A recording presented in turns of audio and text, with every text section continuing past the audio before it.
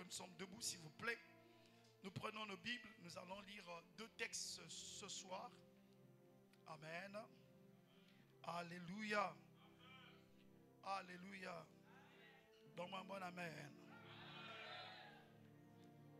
Apocalypse chapitre 4 à partir du premier verset. La Bible dit, après cela, je regardais, voici une porte était ouverte dans le ciel. La première voix que j'avais entendue comme le son d'une trompette et qui me parlait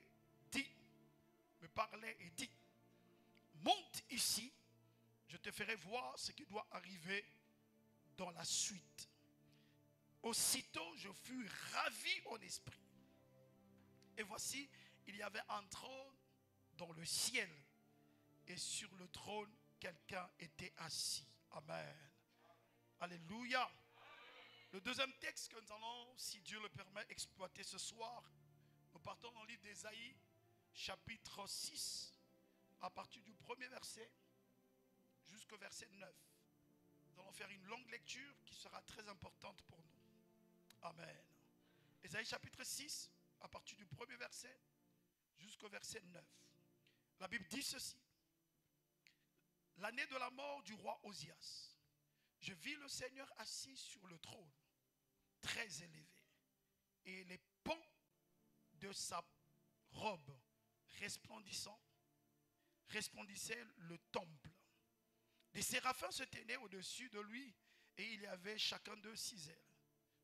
2 dont ils se couvrirent la face, 2 dont ils se couvrirent le pied, et 2 dont ils se servaient pour voler. Ils crièrent l'un de l'autre et disaient, Saint, Saint, Saint est l'Éternel des armées, et toute la terre est pleine de sa gloire. Les portes furent ébranlées dans leur fondement par la voix qui retentissait et de la maison remplie de fumée.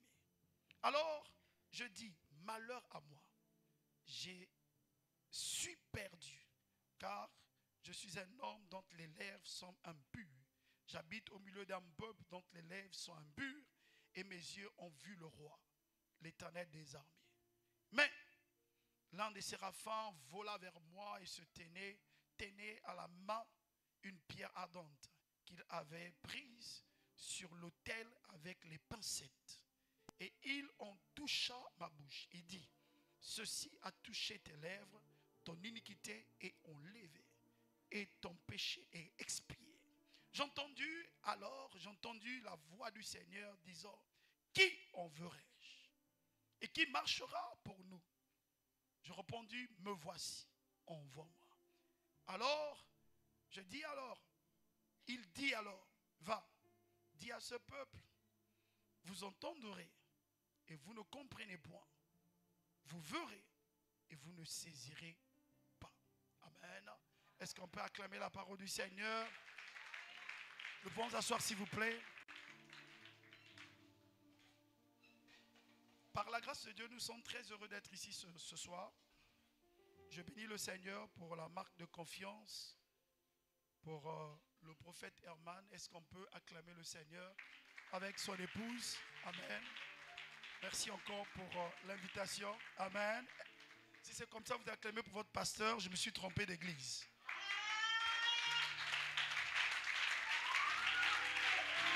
Gloire à Dieu. Amen. Alors, je vais expliquer une chose. Toutefois, quand nous vénérons nous honorons notre Père, notre pasteur, c'est une occasion pour nous d'attirer la bénédiction et la grâce de Dieu sur sa vie.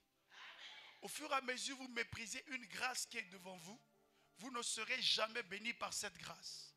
C'est pour cela que Jésus est venu vers les siens. Les siens l'ont méprisé parce qu'ils ont vu que c'était quelqu'un qui grandissait avec eux. Au point où ils ont commencé à dire c'est le fils du charpentier. Parce qu'ils n'ont pas vu au-delà de lui quelque chose qui était extraordinaire. C'est la raison pour laquelle Jésus n'a pas pu faire un miracle. Nous avons l'opportunité que nous aurons toujours de pouvoir célébrer les hommes que Dieu a pris comme un don qu'il a déposé à l'église. Au fur et à mesure, vous les célébrez. Au fur et à mesure, vous les honorez. Au fur et à mesure, vous leur donnez la place qu'il faut. La grâce qui est en eux couleront dans notre vie. Amen. Alors j'aimerais que nous puissions acclamer pour le prophète. Herman. Même si tu ne penses pas, la grâce qui est sur lui coule sous toi pendant que tu acclames. La Bible dit, si vous recevez un prophète en qualité de prophète, si vous le négligez, Dieu va l'utiliser ailleurs. Mais Dieu l'a positionné ici. Est-ce qu'on peut acclamer le Seigneur? Prophète, nous honorons la grâce de Dieu sur toi. Alléluia. Pendant que tu acclames, Dieu te visite. Dieu accomplit les désirs de ton cœur. Au nom de... Amen. Nous allons rester debout. Nous allons honorer aussi un homme. C'est un doyen de la foi. C'est un père. C'est une grâce. En fait, à des moments parfois comme ça, nous, on ne veut pas prêcher. On s'est dit, pourquoi nous, on doit prêcher? Alléluia. Alors, j'aimerais que nous célébrons la vie de pasteur Augustin. Est-ce qu'on peut acclamer le Seigneur? Gloire à Dieu. Amen. Il n'est pas venu seul, il est venu avec son épouse, Maman Aline, et le pasteur Aymar. Est-ce qu'on peut acclamer le Seigneur? Alléluia! Gloire à Dieu! Au nom de... Ok, gloire à Dieu. Bon s'asseoir. Merci. Merci pour ce protocole que nous respectons parce que c'est toujours important. Alors nous allons passer à l'élément important, plus important. Aide-moi à dire à ton frère de gauche, il est question de monter. Dis-lui, il n'est pas question de descendre. Mais il est question de monter. C'est souvent difficile de commencer un séminaire parce qu'il y a beaucoup de choses. Et nous allons, par la grâce de Dieu, avec le peu de temps qui nous reste, de donner ce que Dieu a placé sur la table de notre cœur. Nous parlons dans notre thème général de monter. Monte ici et je te ferai voir. Et simplement, nous voulons aborder des aspects importants de monter. Dieu a inspiré son serviteur pour que l'église monte. C'est pour ça que j'aimerais simplement dire à quelqu'un de ne jamais confondre des messages de chaque église. C'est pour cela que Dieu envoie, il y avait 7 quand l'ange, la Bible déclare, Jean était à l'île de Patmos. Il a eu la vision, il a vu contre les 7 églises. Et vous allez vous rendre compte que chaque église avait son message. C'est la raison pour laquelle lorsqu'il parle à l'église d'Éphèse, il parle à l'église de Sardès, il parle à l'église de Philadelphie, il parle à chaque église de la Odyssée. Les messages sont différents. C'est la raison pour laquelle nous ne devons jamais convoiter des messages de maison des autres parce que leur message n'est pas destiné à notre vie. Donne-moi un bon amen que je te prêche. Si Dieu parle à cette église et en ce lieu de monter, parce que Dieu nous attend quelque part que nous ne sommes pas encore arrivés. C'est parce que Dieu a planifié, Dieu a programmé, Dieu a mis dans un agenda qu'on appelle le plan de Dieu, le plan divin dans lequel l'église, puits de vie, doit arriver. Mais dans le plan divin, malgré que Dieu a positionné des choses, des points, des choses, des territoires que nous devons conquérir, mais la condition pour pouvoir manifester la gloire de Dieu, il nous faut monter. Si nous ne montons pas, nous allons retarder l'accélération divine ou la bénédiction de Dieu pour nos vies. Si tu ne montes pas, tu vas comprendre que c'est ces choses qui vont se retarder au milieu de ta vie. Et nous comprenons ici, ce n'est pas une négociation que Dieu fait. Dieu ne prend pas le temps de dire, s'il vous plaît, vous allez monter. Non, mais Dieu donne un ordre, monte ici. J'aimerais dire à quelqu'un, tu n'as pas de choix de monter. Tu n'as pas de choix de monter. Tu n'as pas besoin qu'on te dise, viens, s'il te plaît. Non, la saison va changer, le temps va changer, que tous nous devons monter. Tu dois monter dans l'intercession. Tu dois monter dans l'évangélisation. Tu dois monter dans le département des jeunes. Même au milieu des choses, lorsque tu chanteras, quelque chose se manifestera. Il est temps de monter. Donne-moi un bon amen que je te prêche. Au nom de... C'est-à-dire, Dieu dans son plan d'action, il a prévu faire des choses. C'est pour cela que Jérémie dit, voici ce que je repasse dans mon cœur. Il y a quelque chose qui repasse dans son cœur, qui lui produit de l'espérance, J'aimerais te dire, il y a un message. Même si hier tu as échoué, même si hier tu es tombé, même si hier tu étais bloqué, même si ta vie n'avançait pas, mais maintenant que Dieu donne un ordre, les démons sont obligés de te lâcher. Donc, ne pas comprendre le monter devient un obstacle pour l'église. Si tu sors de ce séminaire, ne pas comprendre l'objectif, tu deviendras un obstacle dans la vision ou dans l'accélération de la manière de Dieu que Dieu veut faire pour l'église. Toutes les églises n'ont pas les mêmes combats. Chaque église a son combat par rapport à sa mission. C'est pour cela que Dieu donne des stratégies pour que chaque église ait une stratégie pour pouvoir remporter des victoires par rapport à sa mission. Et pour vous, point de vie, je ne parle pas de Sémélène, je ne parle pas de la vie restaurée, mais je parle de point de vie. Pour vous, cette saison, il faut monter. Nous, pendant ces 4 jours, avec les hommes de Dieu, nous allons nous efforcer, selon l'Esprit de Dieu, pour te donner des secrets, pour te donner des clés, pour apporter un plus dans ta vie, afin qu'en sortant de ceci, pendant que nous sommes dans ce campement, qu'on appelle Église Vie Restaurée, vie, puis de vie, en sortant d'ici, ce quartier sera bouleversé.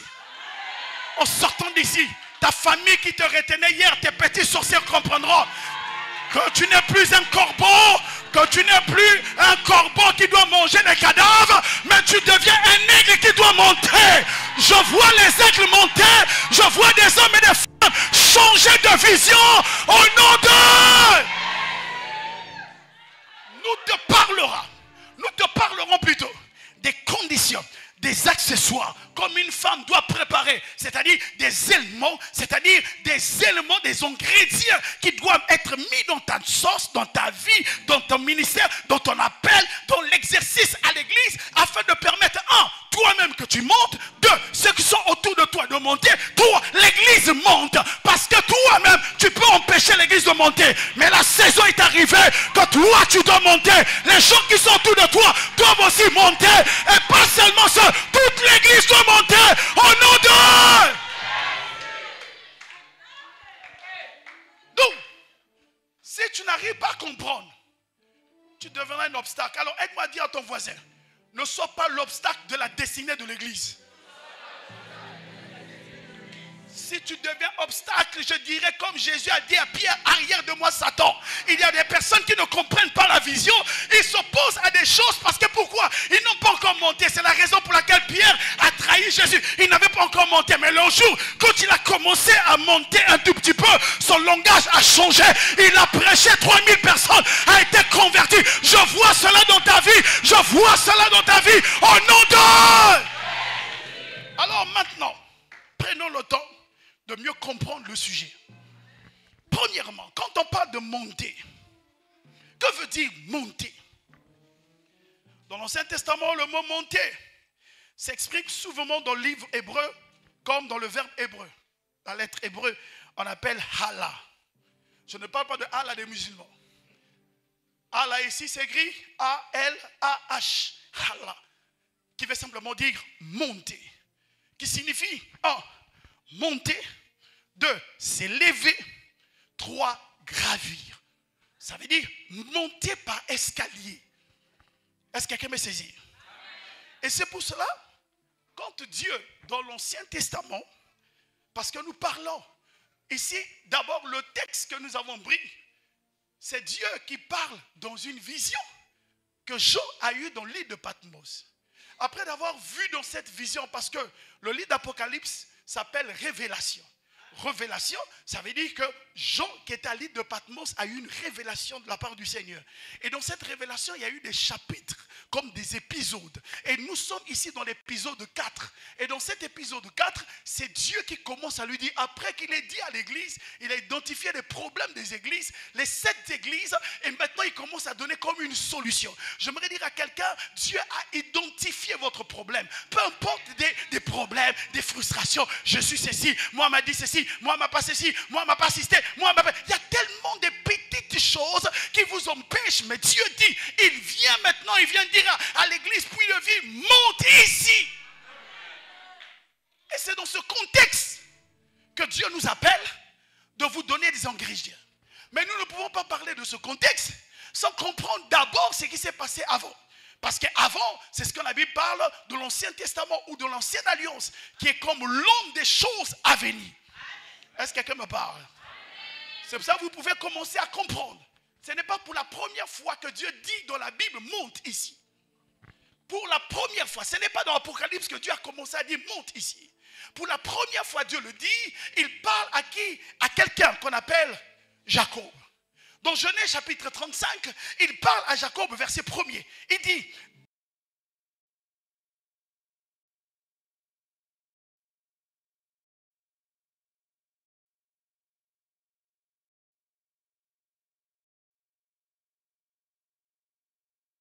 des choses, des événements dans votre vie où vous avez rencontré Dieu, vous avez écouté la parole et Dieu est rentré dans votre vie et il vous a positionné quelque part.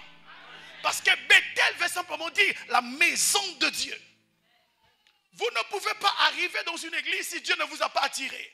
Vous ne pouvez pas arriver dans une église si Dieu ne vous a pas planté. Vous ne pouvez pas être ici, c'est Dieu. Non, la Bible dit dans le livre de Psaume, chapitre 1er, la Bible dit que je suis comme un arbre planté. J'aimerais parler à ceux qui sont plantés ici, qui pleuve, qui neige. Tu ne quitteras pas. Tu seras arrosé, tu seras arrosé, tu seras arrosé. Que Dieu arrose ta vie au nom de... Dieu voulait rencontrer. Il voulait rencontrer Jacob. À Bethel, la maison de Dieu, le lieu de rencontrement. Quand il dit à Bethel, monte ici, établis-toi là. Et Jacob arrive la nuit, pendant qu'il arrive, il va dormir. C'est là qu'il voit quelque chose se manifester. C'est là où la Bible nous parle qu'il avait voir quelque chose. Il a eu un songe. Il voit quoi? Il voit l'échelle. Le ciel était ouvert. On se rend compte, dans tous les textes que nous avons lus, que ce soit dans Ésaïe, que ce soit dans l'Apocalypse, on se rend compte qu'avant qu'il y ait monte ici, il faut que le ciel s'ouvre. Est-ce qu'on peut avancer? Dans l'Apocalypse, la Bible dit que Jean vit une porte était ouverte. Et dans le livre d'Ésaïe, on voit aussi, après la mort de roi Osias, et c'est là où il voit le Seigneur. Donc on ne peut pas monter, voir Dieu s'il n'y a pas une porte qui est ouverte. Est-ce qu'on peut avancer? Donc la porte qui est ouverte, ce n'est pas une porte que nous allons fabriquer. La porte qui est ouverte, ce n'est pas l'église. La porte qui est ouverte, c'est Jésus. Jésus dit, je suis la porte des brebis par laquelle les gens peuvent venir. J'aimerais dire à quelqu'un, si tu es rentré à la fenêtre, mon gars, ressort à la fenêtre, viens rentrer à la porte. Ça ne compte pas. Tu dois rentrer par la porte. Il y a certaines personnes qui sont rentrées dans les fenêtres qu'on appelle des fausses conversions. Ça veut dire que quelqu'un, il ne veut pas rentrer à la porte, il est rentré à la fenêtre. Oh non, je suis converti. Non, depuis que tu es là, tu es encore sataniste, tu es encore dans les choses. Tu fais semblant d'être chrétien, mais tu n'es pas converti. Tu fais semblant d'être chrétien, tu vis encore dans le péché. Tu fais semblant d'être chrétien, tu n'es pas né de nouveau. Il faut rentrer par la porte. La porte est droite. Et Jésus dit, je suis la porte par laquelle plusieurs doivent rentrer. Je te parle ce soir. Si tu n'as pas encore accepté Jésus, la période, le moment est arrivé que tu acceptes le Seigneur, que tu rentres dans la porte. Car la porte a été ouverte pendant que Jésus était à la croix. La Bible dit, le temple, le voile était fermé. Mais pendant qu'il était à la croix, il commençait à crier. Il dit, Père, pourquoi tu ne m'as pas oublié? Et lorsque pendant la Bible dit de 12h à 15h, la terre était dans le noir. Et le voile qui séparait le lieu saint a été déchiré. Alors maintenant, nous ne rentrons pas dans les fenêtres. Nous rentrons dans la porte qui est Jésus. Nous n'avons pas accès pour vers Dieu par un frère, par un marabout, par ceci, par une femme, par ceci, par des loges. Non, mais la porte c'est Jésus. Car Jésus est le seul médiateur. Il dit lui-même, je suis le chemin, la vérité et la vie. Nul ne vient par le Père que par moi. Tu ne peux pas aller à Dieu que par Jésus. Alors j'aimerais te dire, si Jésus n'est pas dans ta vie est zéro. Si Jésus n'est pas dans ta vie, tu es rentré dans la fenêtre. Si Jésus n'est pas dans ta vie, tu es rentré dans la fenêtre. C'est la raison pour laquelle ceux qui rentrent dans les fenêtres, c'est eux qui créent des troubles. Les enfants ne rentrent pas dans les fenêtres, ils rentrent dans la porte. C'est le voleur qui rentre toujours dans la fenêtre. Donne-moi un bon amen. Est-ce qu'on peut avancer? C'est pour cela que nous voyons déjà qu'à Bethel, Dieu donne l'ordonnance dans l'Ancien Testament de commencer à monter. Dans Jérémie, dans Genèse 35, que nous avons lu le premier verset, il dit, monte et établis-toi là. Un lieu de rencontre. Il voit le ciel ouvert, il voit les anges descendre. Il y a un mouvement surnaturel. Et Dieu souhaiterait que nous parlons de toutes ces choses. Et nous en parlerons. Amen. Par contre, la chose importante, c'est le verset 2.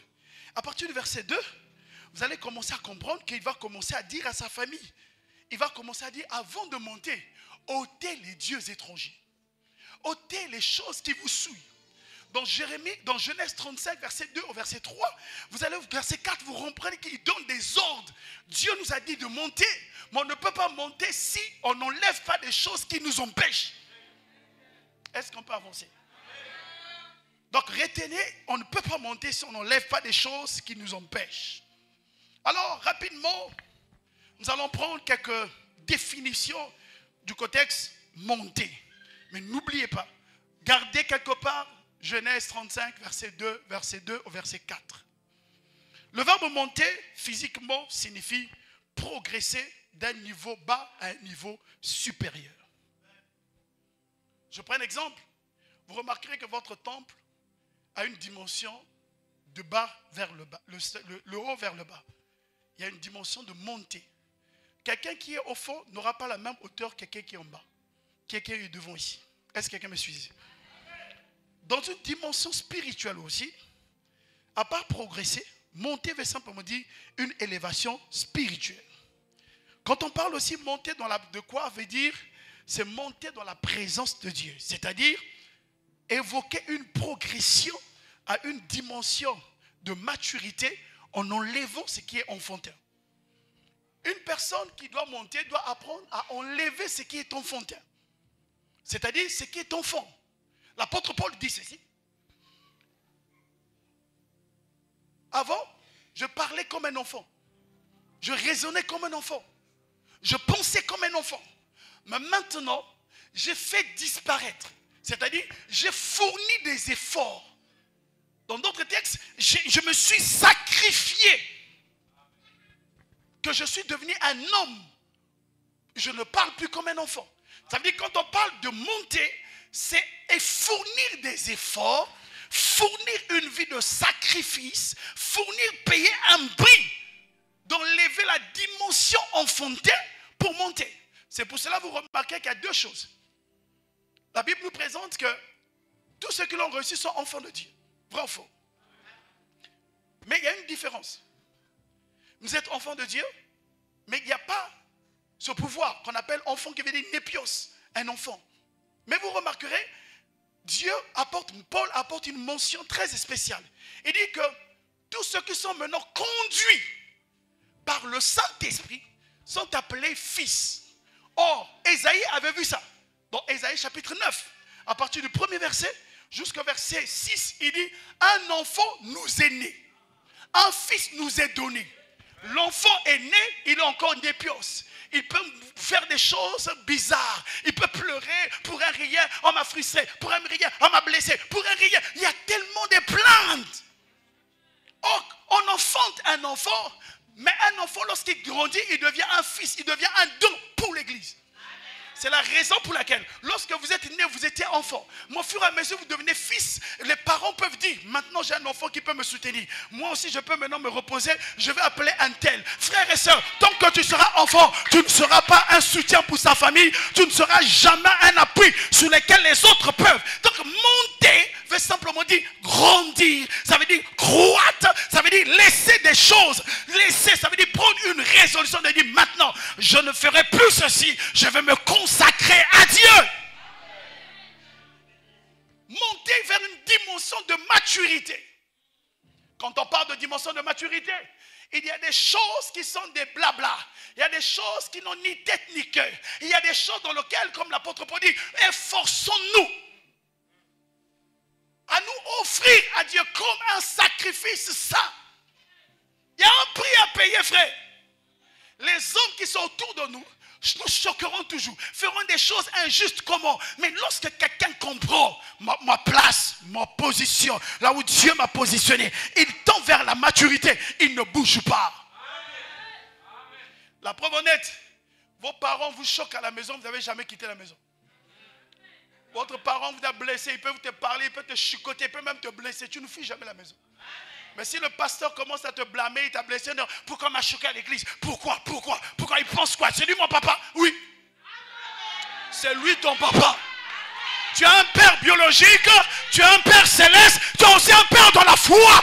Paul a dit, même si vous avez 10 000 maîtres, mais vous avez un seul père qui vous a engendré. J'aimerais dire à quelqu'un, le fait de pouvoir engendrer quelqu'un dans la foi, l'enseigner, le pouvoir annoncer, tu as une autorité, une parole qui pèse sur sa vie. Ton père peut te maudire, mais ton pasteur peut enlever la malédiction. J'aimerais te dire, je ne sais pas quelle est la réunion de famille qui a été faite sur toi. Qu'est-ce que ton oncle avait dit? Quels sont les liens de famille? Mais je sais une chose, sur la base de la parole de ses serviteurs, la Bible dit, confiez-vous à l'Éternel, vous serez affermis. Mais à ses serviteurs, ses prophètes, vous réussirez. Si ton père t'a maudit, ton pasteur pourra te bénir. Oh, je parle à quelqu'un, au nom de...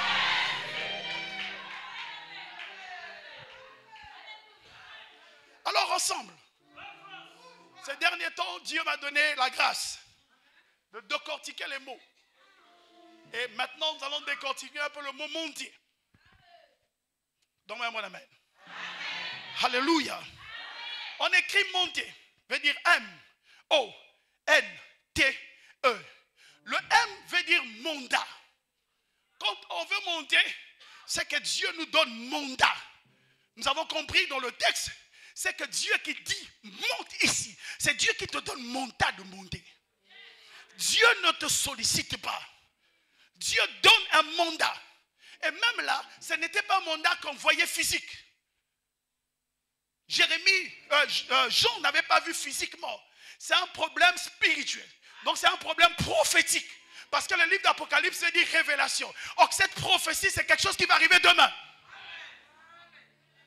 Si tu n'arrives pas à comprendre que Dieu dépose un mandat dans ta vie pour demain, ta vie, aujourd'hui, tu vas la négliger comme tu penses. Mais je sais une chose, quand quelqu'un comprend prophétiquement qu'est-ce que tu seras demain, tu ne feras pas toutes choses comme il faut faire. La Bible déclare, lorsque Jésus est né, les parents savaient qu'on devait tuer Jésus. On est venu les avertir. Non, allez-y, ils étaient divinement avertis. Ils ont quitté avant qu'Hérode les tue. J'aimerais te dire, ta destinée a de l'importance. Ta vie a de l'importance.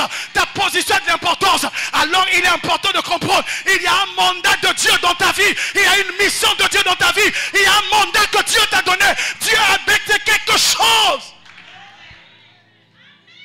C'est pour cela dans le mandat, on dit, me voici. C'est-à-dire que Dieu a un mandat de t'amener à une dimension de mission. C'est pour ça que tout le monde, nous n'avons pas les mêmes missions. Non, n'envie personne. Tu es spécial. Dans un domaine spécial. Dans une mission spéciale. Dans un lieu spécial. Même si les gens ne comparent pas, tu es spécial dans ton domaine. Si les gens ne croient pas en toi, ce n'est pas grave. Mais il y a des gens que Dieu mettra sur ton chemin qui croiront en toi. N'arrête pas de croire à ta vision. N'arrête pas de croire à ce que Dieu t'a donné. N'arrête pas, même si les gens ne comprennent pas. Jésus parlait de sa vie qui va mourir. Les gens prenaient des listes, c'est qui? Noé est en train de parler que Dieu va détruire. Les gens ne croyaient pas. Mais il y a un temps, j'aimerais dire à quelqu'un, j'amène le temps de Dieu pour que les gens voient ce que Dieu fera. J'annonce, ton ennemi ne te mourra pas. Il verra ton élévation. Oh, la Sakariaba. Tu as un mandat de Dieu. Oh, puits de vie, vous avez un mandat de Dieu. Il y a un rêve de Dieu que vous devez réaliser. Au nom de... Et quand il y a le mandat de Dieu, il n'y a pas de mandat. Il n'y a pas d'accomplissement du mandat lorsqu'il n'y a pas le haut. Le haut veut dire obéissance. Dieu donne le mandat. Jésus même lui-même, il a dit, Père, je vais obéir. À un moment, il dit, oh, mais Seigneur, si c'est possible, éloigne cette coupe. Il a compris que sa vie sur la terre, il devait monter. C'est pour cela que Dieu lui a donné un nom élevé au-dessus de tout nom. Donc, d'atteindre l'élévation, il faut passer par l'obéissance. Le haut veut dire obéissance. Vous ne pouvez pas monter si vous n'avez pas un cœur obéissant. Vous ne pouvez pas monter si vous n'avez pas un cœur de fils. Vous ne pouvez pas monter si vous n'avez pas un cœur de fille. Vous ne pouvez pas monter si vous n'arrivez pas à vivre l'obéissance. Beaucoup de personnes ont du mal aujourd'hui de vivre le surnaturel parce qu'ils ne sont pas obéissants. Il y a 3 ou 4 niveaux d'obéissance. Obéissez à vos parents, gloire à Dieu. Obéissez à vos parents spirituels, gloire à Dieu. Obéissez à Dieu, gloire à Dieu. Obéissez aussi aux autorités, aux hommes que Dieu a positionnés devant vous selon le Seigneur. L'obéissance est la clé de la puissance. L'obéissance. C'est l'obéissance quand tu as le mandat. Tu commences à obéir et le chiffre N va arriver. C'est quand tu commences à obéir, il y a quelque chose qui se passe dans ta vie. C'est pour ça que Pierre a dit, ce n'est plus moi qui vis, c'est Christ qui vit en moi. C'est pour ça que Pierre dit, si quelqu'un est en Christ, il devient une nouvelle créature. Oh, quand tu obéis, ta personne change. Tu n'es plus celle d'hier. Tu n'es plus celle qu'on voyait dans les buvettes. Tu n'es plus celle qu'on voyait dans les bars. Tu n'es plus celle qui faisait les courtisages. Tu n'es plus celle qui faisait les transitaires. Tu n'es plus celle qui faisait les deuxième, troisième bureaux. Tu n'es plus celle qui suit les tisards. Tu n'es plus celle qui devait les papas de mamie, les doubles sims. Tu n'es plus ça. Tu n'es plus ça. Il y a une nouvelle nature. Il y a une nouvelle nature. Une nouvelle nature qui commence à se manifester dans ta vie. J'annonce que tu deviens une nouvelle créature au nom de... Une nouvelle personne. Quand on commence à monter, on sent qu'on a le mandat. On obéit à Dieu. Il y a une nouvelle nature. Sans que tu le veuilles. Parce que pourquoi? Tu as laissé la parole pénétrer dans ta vie. Tu as laissé la parole venir en toi. Tu as laissé la parole s'imprimer. C'est pour ça que David a dit, Père, il dit ceci, ne laisse aucune iniquité dominer sur moi. Mais pourquoi? Il commence par le verset, il dit, affermis mes pas dans ta parole. Beaucoup aujourd'hui, nous ne vivons pas la nouvelle nature parce que nous ne sommes pas affermis dans la parole. Nous fouillons les enseignements, nous fouillons les cultes d'enseignement, les formations. On dit non, l'affermissement. Oh non, moi ça fait 10 ans de la foi. Ça fait 10 ans de la foi. Tu es quoi? Tu es toujours menteur, tu es toujours voleur, tu es toujours impudique, tu n'as jamais changé. Tu es toujours dans les commérages, dans les petites choses, dans les choses des enfants. L'apôtre Paul dit dans les livres d'Hébreux, bon je ne sais pas si c'est Paul qui avait créé Hébreux, mais je vois un peu le langage. Il dit ceci, vous qui devez être des maîtres, vous êtes encore des enfants, qu'on doit vous donner le lait spirituel. Combien de temps dans la foi? Tu pouvais être pasteur. Tu pouvais déjà être dans une église. Tu pouvais déjà commencer à conduire les autres, à enseigner même la nouvelle naissance. Mais tu es là, ça fait 15 ans dans la foi, incapable de parler de la nouvelle naissance. Frère, tu dois te repentir. Tu n'as pas encore compris la Bible. Quelle nouvelle nature que nous avons? Nous voulons monter avec les vieilles habitudes. C'est pour ça que Jésus a dit, si on prend des vieilles outres, on prend un vin nouveau, mais on va perdre le vin et les outres. Il faut mettre des nouvelles outres. J'aimerais dire à quelqu'un, il faut une nouvelle vie. L'obéissance amène une nouvelle vie. L'obéissance amène un nouveau comportement. L'obéissance amène une influence de Dieu dans ta vie. C'est là où tu pourras dire, ce n'est plus moi qui vis. C'est-à-dire, quand je veux faire, si je ne le fais pas, c'est la parole qui m'impose. L'obéissance amène une nouvelle vie. Et cette nouvelle vie qu'on appelle, c'est la nouvelle création. Mais quand la nouvelle création vient en toi, les hommes vont voir le thé. Les hommes vont voir un thé dans ta vie. C'est pour ça que quand tu marcheras, les gens vont voir, il y a un thé. Dans ton bureau, les gens voient, il y a un thé. Les gens verront, je ne dis pas le thé qu'il faut prendre avec le café. Ce n'est pas ce que j'ai dit. Je parle à la lettre T. Parce qu'il y a d'autres qui sont partis dans le café. Donne-moi un bon amen. La lettre T, les gens verront en toi une transformation. Quand on monte, on doit vivre une transformation. Tu n'es plus la même personne. Quand on te voit, quelqu'un qui t'avait vu 5 ans, quand tu te vois, je dis, hey, il entend en toi 3 choses. La Bible dit que Jésus croissait en statut, en grâce et en sagesse. Les 3 choses qui manifestent la nouvelle création, qui fait prouver à l'humanité une transformation dans ta vie. Ton statut doit changer. Ce n'est pas parce que tu as des barbes blanches, tu es toujours avec les petites choses. Des choses des bébés. Les petites choses que tu n'arrives pas à abandonner. Bon, si tu as la barbe blanche, ce n'est pas de toi que je parle. Ce n'est pas de ceux qui sont restés là-bas. Tu as une maman, tu as fait 5 enfants, tu as fait ceci, tu es à l'église. Toujours. Il n'y a pas de transformation. Dans votre quartier, on appelle Mère Bonzabor. Quand on arrive dans le quartier, c'est elle qui prie à l'église. Alléluia, amen. Chasser les démons. Au nom de Jésus, au nom de Jésus. Mais quand tu arrives dans le quartier, on voit mère bon abord, ça a mis mère double. Quand on sort dans le quartier, vous demandez, vous comme ça, Bikangé, mère double. C'est-à-dire dans le quartier, quand tu se réveilles le matin, qu'est-ce que ça a fini.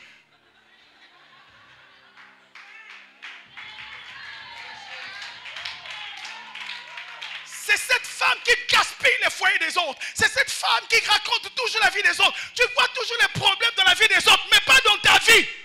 Je parle à toi, même si tu m'écoutes, tu dis, je vais sortir, tu sors pas, fermer la porte. Je parle à toi, il faut que tu changes, il faut que tu changes. Tu dois vivre la transformation dans ton statut. Une femme mariée, tu es là toujours, aller te balader avec les cinglés. Oh non, mais quoi, tu me dis pas, tu es un cinglé, tu es une femme mariée, tu n'es pas célibataire. Donne-moi un bon amen, je vais te prêcher. Donne-moi un bon amen, donne-moi. Pas de transformation. Quand tu pries, je te bénis, je te rends grâce. Tu connais ni verset biblique, tu connais seulement Anne. Oui, c'est écrit où? Tu ne connais pas. Pas de transformation. Ton statut, ta sagesse. Jésus croit son statut en sagesse. La Bible dit qu'une femme sage bâtit sa maison. On reconnaît la transformation d'une femme par sa sagesse.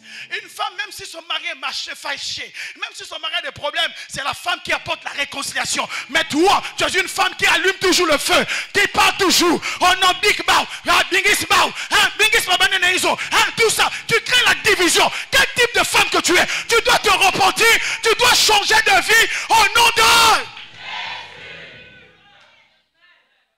Un homme qui n'est pas transformé. Pour rien. Mais là, c'est que nous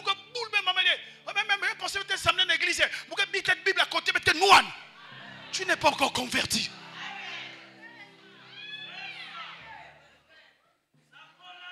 Oh non, la chorale, jamais, ça va répétition, mais jamais ça nous l'idée. Donc, l'accès qui. Ben, je ne parle pas de vous, pas vous. Je parle d'une chorale que j'avais vue là-bas. Pas votre chorale, j'avais vu une chorale là-bas. J'ai vu ça vers, vous voyez, Japon, derrière Japon, vers le pont là-bas, vers la mer. C'est là-bas que j'ai vu ça, pas chez vous. Alléluia. On doit vivre la transformation. Dis avec moi, transformation. Et c'est la transformation qu'on doit voir. Et quand il y a une transformation, la transformation amène toujours quelqu'un vers le E.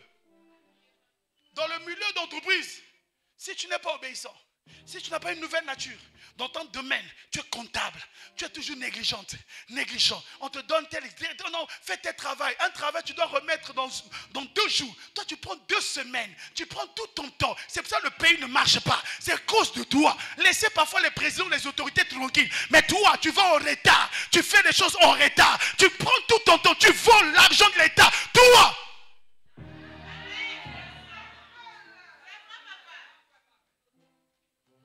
Il n'y a pas de transformation.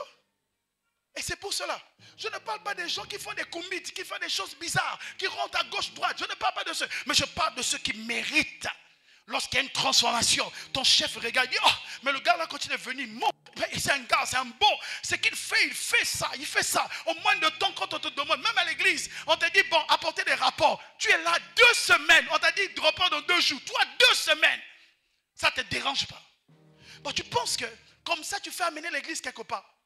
Tu bloques l'église. Si le pasteur te demande un rapport dans 2 jours, il dit, exemple, tous les 15, apportez des rapports parce qu'il sait quel est le plan qu'il mettra après. Mais toi, le fait que tu prends ton temps, bon, moi, ça ne sert pas, tu prends après la fin du mois. Tu es en train de retarder le plan de Dieu. Or, quand tu retardes le plan de Dieu, la Bible dit, soit maudit, soit quiconque qui fait l'œuvre de Dieu avec négligence. Ça, c'est premièrement. Deuxièmement, quand tu retardes le plan de Dieu, tu deviens comme Saul de Tarse. Tu vas rencontrer Jésus. Le jour que tu vas rencontrer Jésus sur ton chemin, Jésus ne dira, il va te dire, pourquoi me persécutes-tu? Tu vas dire, moi, je ne te connais pas, je persécute l'église. Mais en fait, quand tu persécutes l'église, tu persécutes Jésus. Et le malheur, quand vous persécutez l'église, Dieu, Jésus, attendez-vous à 3 choses. Premièrement, d'une privation de la grâce. 2, lorsqu'on persécute l'église, on devient aveugle. Jésus a commencé d'abord à faire montrer à Saul que c'est lui qui a tout créé. Il faut lui commencer par le commencement de la Bible. C'est pour ça que Paul était aveugle. il n'y a pas de nouvelle vie, il n'y a pas de ce qui va arriver. Le E, quand tu ne commences pas une vie, c'est pour ça que Paul commence par fermer les yeux dans le noir. Or, la Bible dit, au commencement, Dieu créa le ciel et la terre était en forme vide, et il y avait des ténèbres sur toute la surface de l'eau. Il y avait des ténèbres. Paul reprend une vie. C'est pour ça que Dieu va t'amener d'abord à reprendre une vie dans les ténèbres. La Bible déclare que Moïse, il avait 40 ans. Mais Dieu pour reprendre, il reprend les ténèbres. Il prend encore 40 ans. Les ténèbres. C'est pour cela que quand tu combats l'église, tu te poses, Dieu mettra un retard dans ta vie sans que tu te rendes compte. Maintenant, Dieu utilise Ananias pour ouvrir les yeux de Paul. Or, le type d'Ananias, c'est le type de l'esprit. C'est pour ça que la Bible dit, dans Genèse 1, Dieu créa le ciel et la terre était informe et vide, mais il y avait quoi? L'esprit de Dieu se mouvait. Il y avait le surnaturel. C'est pour cela, le surnaturel de Paul était dans le noir, mais il y avait un surnaturel quelque part, qu'on appelle Ananias. Or, pour que Ananias agisse, il fallait qu'il y ait Dieu dise. C'est pour cela, Dieu lui-même, il vient voir Ananias et dit, va prier pour lui. Ananias dit, non, on le connaît. Pourquoi je vais agir? Il dit, non, c'est un instrument que j'ai choisi. Et quand Ananias vient, il ne fournit pas d'effort parce qu'il y a la parole. C'est la même chose quand Dieu dit que la lumière soit et la lumière fut, parce que la parole sort. J'aimerais dire à quelqu'un, la parole lorsqu'elle sort, elle transforme des vies, elle change, elle brise des chaînes au nom de... Et enfin, le E, quand ta vie est transformée, tu ne vas pas efforcer, tu ne vas pas pousser les choses, tu ne vas pas forcer les choses. Jésus a été transformé. Il a vécu la mort. Il est ressuscité. La Bible déclare dans Actes des Apôtres, chapitre 4, verset 12, Dieu lui a donné le nom élevé au-dessus de tout nom. Le E de la fin, c'est l'élévation. Donc, monter, comme l'avons dit, c'est un mandat par lequel nous obéissons, de l'autre nous obéissons. Il y a une nouvelle nature qui se manifeste en nous, qui apporte une transformation que les gens voient à l'intérieur, l'extérieur, et qui nous amène à l'élévation.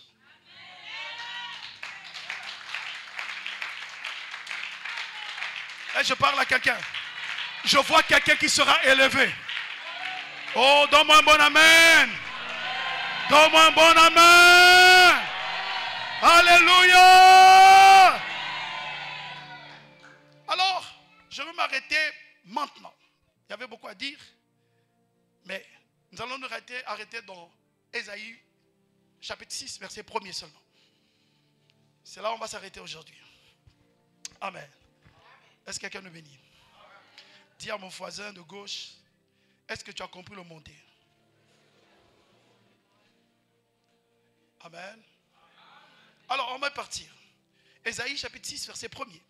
La Bible dit, à la mort du roi Osias, je vis le Seigneur assis sur son trône, très élevé, et le pan de sa robe resplendissait le temple.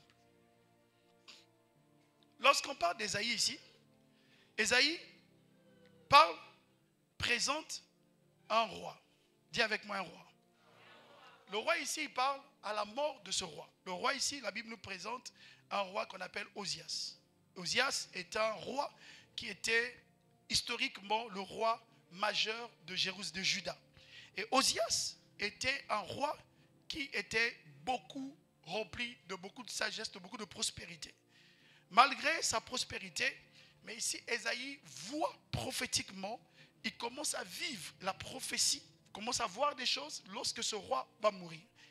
Et pourquoi nous allons parler de la mort d'un roi qui n'a rien à voir avec nous aujourd'hui? Quelqu'un pourrait le dire, mais pourquoi tu nous parles de la mort du roi? Bon, ça n'a rien à voir. Mais vous allez comprendre qu'il y a deux choses que nous devons comprendre avant d'aller plus loin. La première des choses, Ésaïe, ici nous sommes dans Ésaïe 6.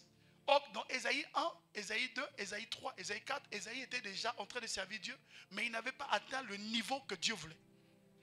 Est-ce que quelqu'un me suit?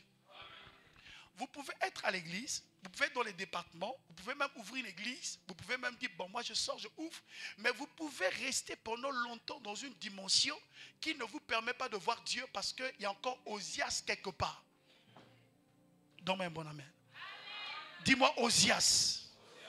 Donc ce soir, j'aimerais que tu sors avec la mentalité de Osias, de comprendre que Osias règne quelque part. Osias, c'est ce qui empêche beaucoup de chrétiens aujourd'hui, malgré qu'ils ont donné leur vie à Jésus, malgré qu'ils viennent tous les dimanches, malgré qu'ils servent même, malgré qu'ils prêchent même, malgré même qu'ils font des choses, mais Osias est encore là. Parce que Ésaïe étant un prophète de Dieu, mais il ne voyait jamais Dieu. C'est pour ça que des gens qui viennent à l'église, qui ne voient jamais Dieu. Quand quelqu'un dit, j'ai vu le Seigneur m'a parlé, lui s'est dit, comment ça se fait? Mais en réalité, ce n'est pas parce que l'autre a vu. Mais le problème, c'est que parce que, toi, il y a encore Osias qui règne. Osias était en train de régner et Osias était en train d'empêcher Ésaïe de voir Dieu. Osias était devenu comme un obstacle d'empêcher Ésaïe de voir Dieu. Osias, en quelque sorte, pourquoi nous le disons? Nous allons faire un rapprochement rapidement entre Osias et Ésaïe et nous aujourd'hui. Pourquoi nous le disons? Osias est un type de roi. Regardez les caractéristiques d'Osias. Premièrement, il était un roi prospère. Dis avec moi, un roi prospère. Deux, il était un roi orgueilleux. Dis avec moi, orgueilleux.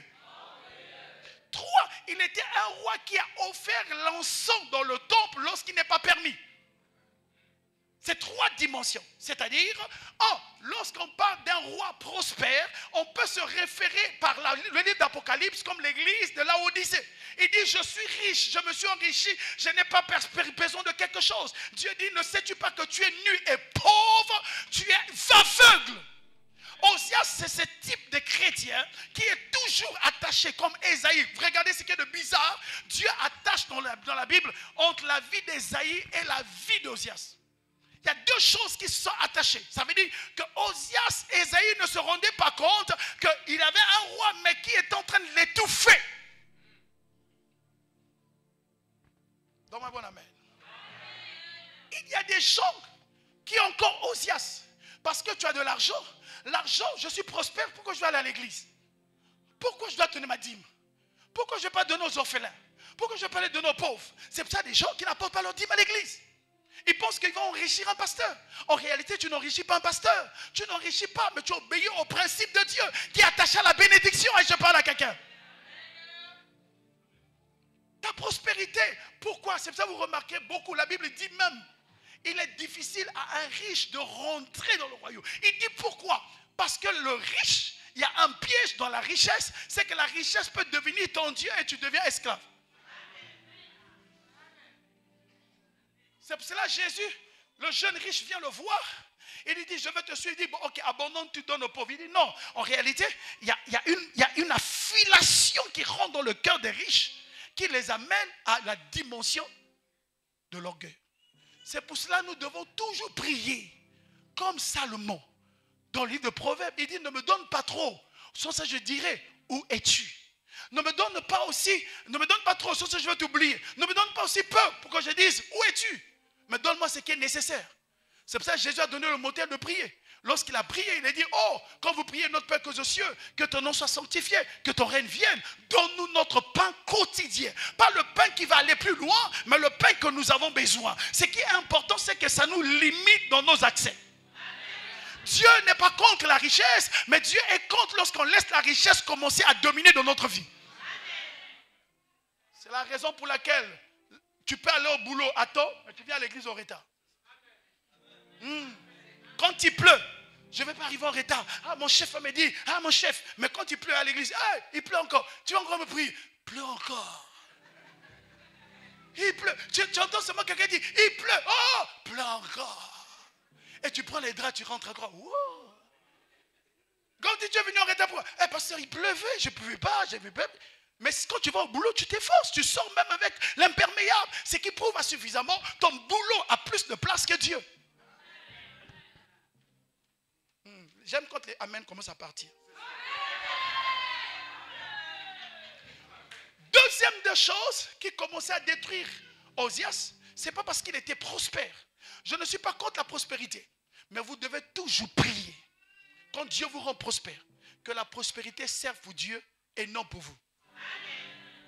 Si votre prospérité commence à servir pour vous, vous risquez de vous détourner.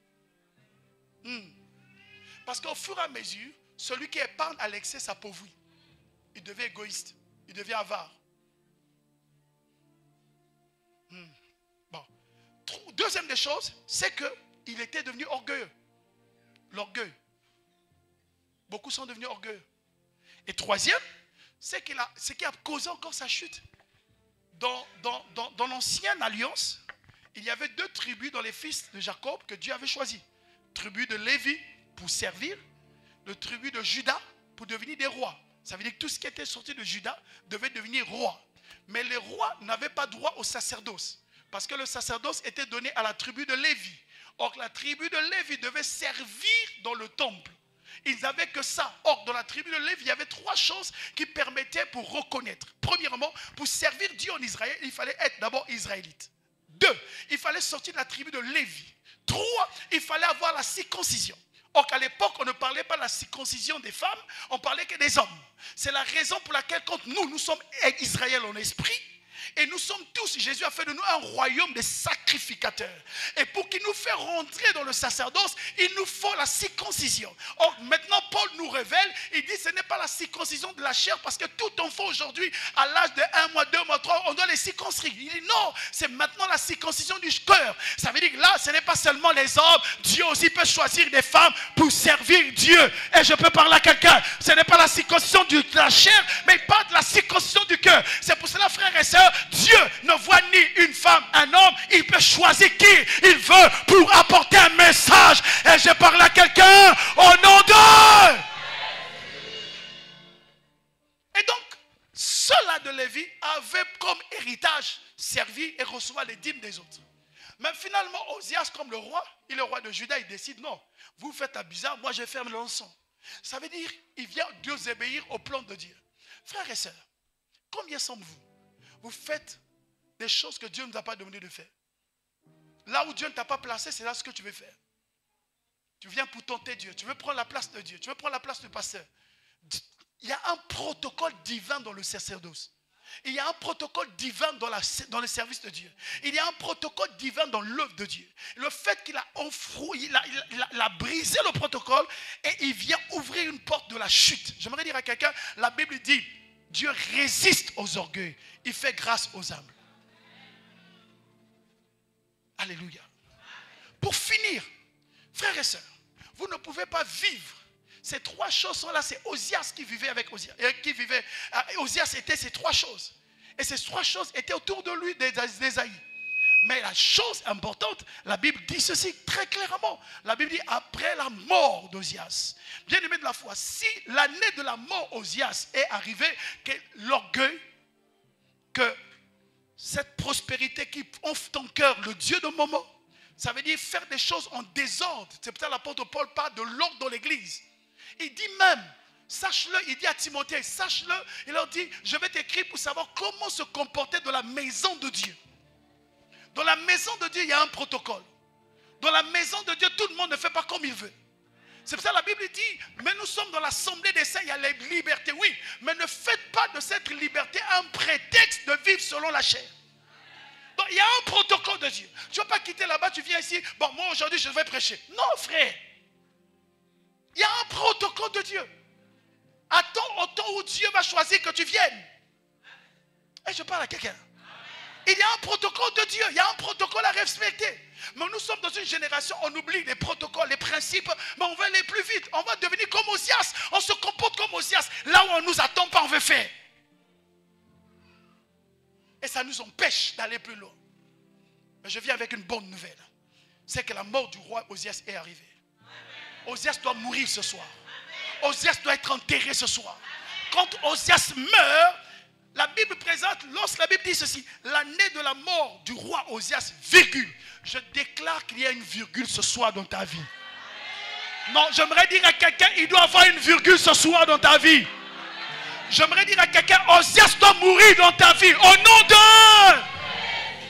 La Bible dit, à la mort du roi Osias, maintenant lui qui servait Dieu à longtemps, il dit, je vis le Seigneur. Tu dois voir Dieu pendant ces jours, à partir de demain, même à partir de ce soir, demain, après-demain, après, tu verras le Seigneur. Tu vas entendre la voix de Dieu. La Bible dit, je vis le Seigneur assis sur le trône. Il n'est pas un bébé dans un berceau. On ne voit pas un Dieu dans un berceau, un bébé. Lorsque vous voyez Dieu dans un bébé, dans un berceau, vous vous comportez comme si vous étiez plus supérieur à lui. Oh non, notre roi n'est pas un bébé dans un berceau. Notre roi, ce n'est pas un charpentier. Notre roi n'est pas un commandeur. Mais notre roi est un roi. Il est assis sur un trône. Lorsque tu es assis sur un trône, ceux qui viennent à toi doivent apprendre à comprendre que le fonctionnement d'un trône appelle le royaume. Et s'il y a un trône, il y a un royaume. Et s'il y a un royaume, il y a un gouvernement. Et s'il y a un gouvernement, il y a un fonctionnement. Et s'il y a un fonctionnement, il y a un protocole. On ne voit pas le roi comme on veut, mais on obéit à ce que le roi dit. Il a vu être assis sur le trône. C'est la raison pour laquelle on est en train de lapider Étienne. Étienne, on le lapide. Et pendant qu'on le lapide, il voit Jésus assis sur le trône. J'aimerais dire à quelqu'un, nous n'adorons pas un bébé dans un berceau, mais nous adorons le roi des rois. Il est le roi des rois. Assis sur le trône, c'est la raison pour laquelle il dit, recherchez premièrement le royaume. Dans le royaume, il y a des lois, il y a des principes, il y a des ordonnances, il y a la manière de faire. Nous avons un gouvernement du royaume, l'onction royale en nous. Et la Bible dit, je vis le roi assis sur un trône très élevé. Le trône de Jésus n'est pas en bas, n'a rien à voir avec les choses de la terre. Pendant que Jésus partait sur la croix, les disciples ont dit, mais attends, on voit les anges. Il dit, non, mon royaume n'a rien à voir. J'aimerais dire à quelqu'un, le royaume de Dieu n'est pas comparable avec le monde. Le royaume de Dieu ne fonctionne pas comme les hommes fonctionnent. Quand les hommes te disent, vont te dire, il faut rendre le mal par le mal, notre royaume, il dit, il faut rendre le mal par le bien. J'aimerais dire à quelqu'un, dans notre royaume, les lois, il dit, repentez. La Bible dit, faites du bien à ceux qui vous persécutent. Si les gens te persécutent, si les gens te maltraitent, tu dois prier pour eux. Parce que notre fonctionnement n'est pas comme le royaume, comme le monde. Et c'est pour cela que Jésus dit, n'aimez pas le monde, ni les choses qui sont dans le monde, car je ne suis pas de là-bas. Et dans ce royaume, et il dit une chose pour finir, il dit, et le pan de sa robe resplendissant. Ça veut dire qu'il y a une robe. Et cette robe resplendit sur tout le temple, qui symbolise la gloire et la sainteté. Quand on commence à monter, Dieu commencera à augmenter la dose de la gloire et la puissance dans ta vie. Que Dieu nous bénisse.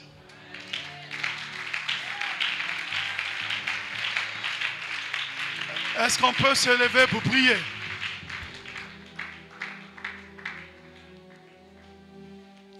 J'aimerais que tu regardes dans ta vie. Qu'est-ce qui symbolise Osias dans ta vie? Qu'est-ce qui arrête comme Osias dans ta vie? Qu'est-ce qui arrête Dieu d'agir dans ta vie? Tu es attaché à quoi? Qu'est-ce qui retient ta vie? Il y a des choses qui te retiennent. Tant que Osias vivait, Ésaïe ne pouvait pas voir le ciel.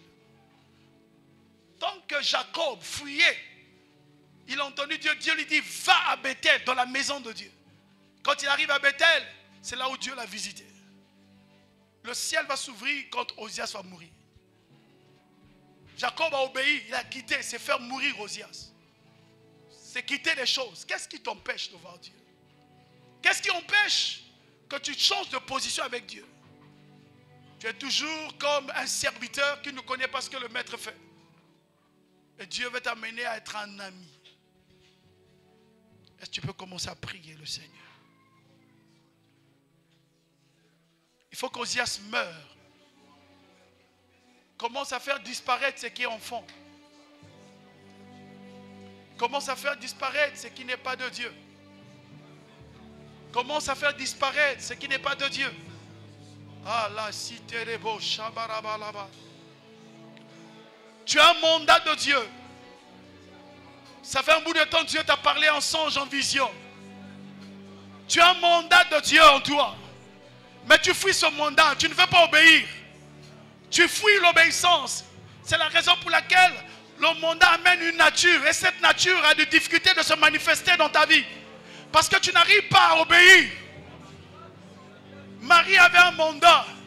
Mais l'ange est venu la voir, lui dire, tu tomberas enceinte, tu vas enfanter un fils. Elle a dit, comment ces choses vont arriver? Il a dit, Dieu lui dit simplement, il dit comment? Il dit, le Saint-Esprit, l'Esprit de Dieu, pendant que je parle, va t'environner parce qu'il y a une nouvelle nature. Il y a nouveau quelque chose de nouveau.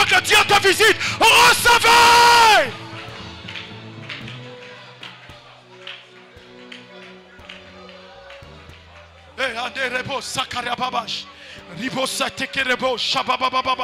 Une nouvelle dimension, une nouvelle dimension, une nouvelle dimension, une nouvelle dimension dans ta vie.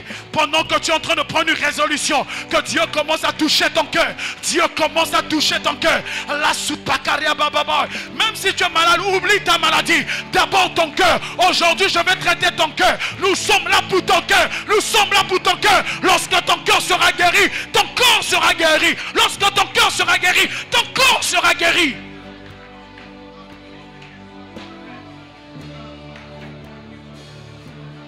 Tu m'en mets de gloire en gloire, de gloire en gloire. Et les bandés par les beaux chabababa. Et les beaux sabaraba, tu m'emmènes, tu m'emmènes, tu m'emmènes dans les profondeurs de ta sainteté. Tu m'emmènes de gloire en gloire.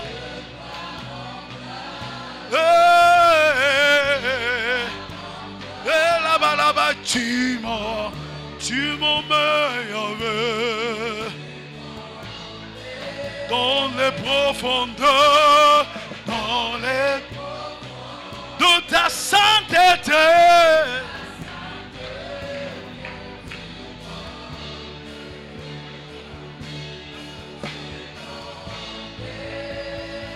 Maintenant, prends une résolution.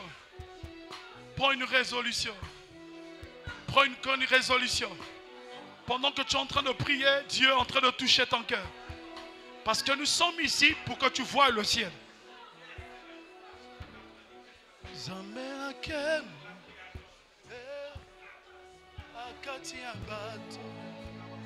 Merci Père, merci. Merci Père, merci pour ta Père. Allez, allez. Prends le temps, prie, prie. S'il y avait des choses que tu faisais qui t'empêchaient, pendant que je suis en train de parler, l'Esprit est en train de t'en convaincre. Tu peux même quitter ton rang, venir devant. S'il y a des choses que tu n'arrives pas à abandonner, tu sens que réellement ça t'empêche. N'aie pas honte pendant qu'on a nos yeux fermés. Tu peux quitter, venir devant. Parce que aujourd'hui, Dieu va ouvrir une dimension. N'aie pas peur. Il faut qu'Osias meure. Ta vie de spirituel ne doit changer de dimension. Le Seigneur veut t'amener à une autre dimension.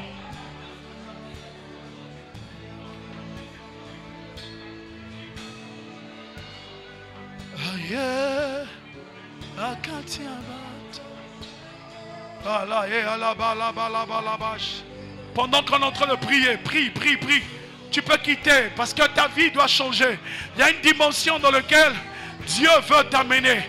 Nous sommes ici pour que ta vie monte. Il faut que tu montes, il faut que tu montes. Ce n'est pas d'hier, ne regarde ni à gauche, ne t'occupe pas de celui qui est à tes côtés. Il est question de ta vie, il est question de toi. Akatia bato Akitina tempelo. Je vais inviter le pasteur Augustin, on va prier pour vous. On va prier pour vous. Pendant que nous sommes en train de prier, la gloire de Dieu est en ces lieux. La gloire de Dieu est en ces lieux. La gloire de Dieu en ces lieux. La gloire de Dieu en ces lieux. Zambena kembo aye nakati abato na ye akitina tembelo na ye to sepelo Zambena kembo alaba soupe kerebo. Continue à prier, continue à prier, continue à prier. Là-bas, là-bas, là-bas, là-bas, là-bas, et kerebo. Que la grâce de Dieu soit sur toi. Que l'Éternel te restaure. Que l'Éternel te restaure. Que l'Éternel te restaure. La cité est beau, man est beau. Femme, femme, femme, femme, femme, femme, femme. Ah, ah, ah. Que les alliances de famille, que tout ce qui t'empêchait à compter de ce soir, que l'Éternel te restaure. Au nom de Jésus. La cité est beau. La supakarababa ekerebo rabababa. Oh oh oh oh oh oh oh oh. Yeah. Shiterebo sakarababa. Lo le kopa sukalelo. Manje bako kita. La citerebo.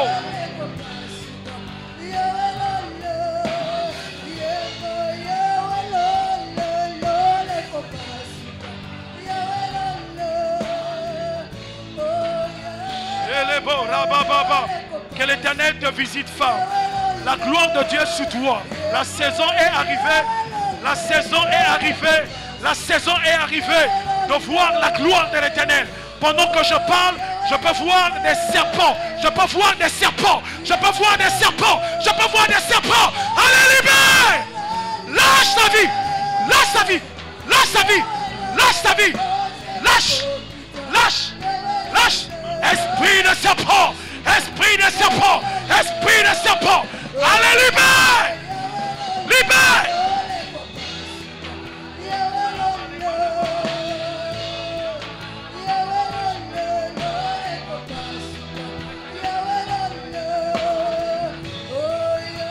Oh, yala baba lebo robo shababa baba. Leke sekerebo shababa baba. Leba rebo siterebo. Alléluia. Non les copains souka le lo.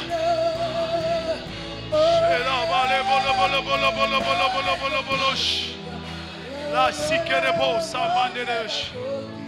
Père, que le ciel s'ouvre. Nous allons opérer dans une dimension, le ciel est ouvert. La Bible déclare que tu as dit à Nathanaël, le ciel est déjà ouvert. Et que pendant ces 4 jours et après, que le ciel reste ouvert. Quand tu as dit à Jacob, va te monte à Bethel. Seigneur, cette église est un lieu de Bethel. Qu'il y ait un mouvement des anges maintenant. Qu'il y ait un mouvement que les anges vont monter et descendre. Un mouvement surnaturel maintenant. Un mouvement surnaturel maintenant. Pendant que je suis en train de parler, la main de Dieu commence à te toucher. Il y a un mouvement surnaturel. Il y a un mouvement surnaturel. Il y a un mouvement surnaturel. Les anges de Dieu, recevez! Il y a des gens qui vont commencer à parler en langue. Il y a la grâce de Dieu. Pendant ces 4 jours, Dieu va te visiter différemment. Dieu va te visiter différemment. Reçois le don de l'esprit. Il est temps pour toi de naviguer dans l'esprit. Il est temps pour toi de naviguer dans l'esprit. Pendant que je parle, le ciel souffle sur ta vie. Le ciel souffle sur ta vie. Le ciel souffle sur ta vie. Recevez! C'est en train de venir. Gloire à Dieu. Recevez, recevez. La supekera manerebo sharababa. Les chantes, recevez. Recevez la gloire de Dieu. La gloire de Dieu. La gloire de Dieu. La gloire de Dieu. La gloire de Dieu. Au milieu des chantres, recevez. Recevez, recevez, recevez. Recevez, recevez, recevez, recevez. Recevez. Rakasikerebo shabababababababa. Rebababababababa shitekereba. Pendant que je suis en train de parler, le Seigneur est en train de me parler des personnes qui sont en train d'ouvrir les oreilles. Pendant que nous sommes en train de prier, Dieu est en train d'ouvrir tes oreilles spirituelles. Dieu est en train d'ouvrir tes oreilles spirituelles. Il y a une grâce de Dieu qui vient sur toi. Il y a une grâce de Dieu qui vient sur toi. Dieu est en train d'ouvrir les yeux spirituels. Recevez, recevez, recevez, recevez. Les intercesseurs, rentrez, rentrez, rentrez, rentrez, rentrez. Il y a un vent qui va souffler du côté des chantres. Parce que pendant que je suis en train de parler, Dieu est en train de me dire qu'il est en train de vous donner un vêtement nouveau. Un revêtement nouveau. Un revêtement nouveau. Recevez un vêtement de louange. Les chantres, recevez. La supakarabababa. Rebosuteke. Rakamande siteke.